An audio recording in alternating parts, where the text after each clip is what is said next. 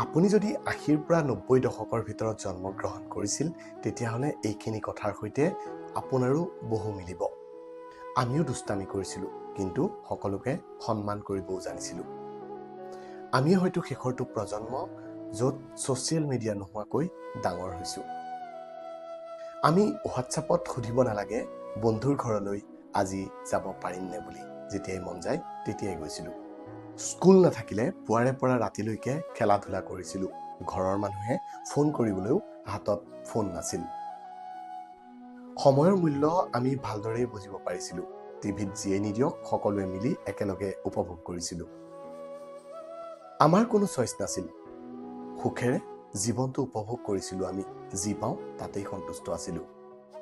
সকলোৱে সকলোকে ভালদৰে জানিছিলোঁ। কোনেও কাকো ইগনৰ কৰা নাছিলোঁ। সকলোৱে মিলি জুলি আছিলোঁ।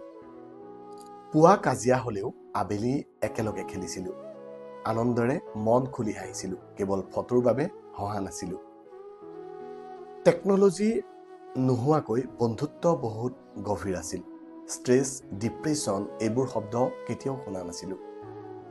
আমিয়েই হয়তো শেষৰটো প্ৰজন্ম যি সৰু সৰু কথাতে সুখী হ'বলৈ শিকিছিলোঁ।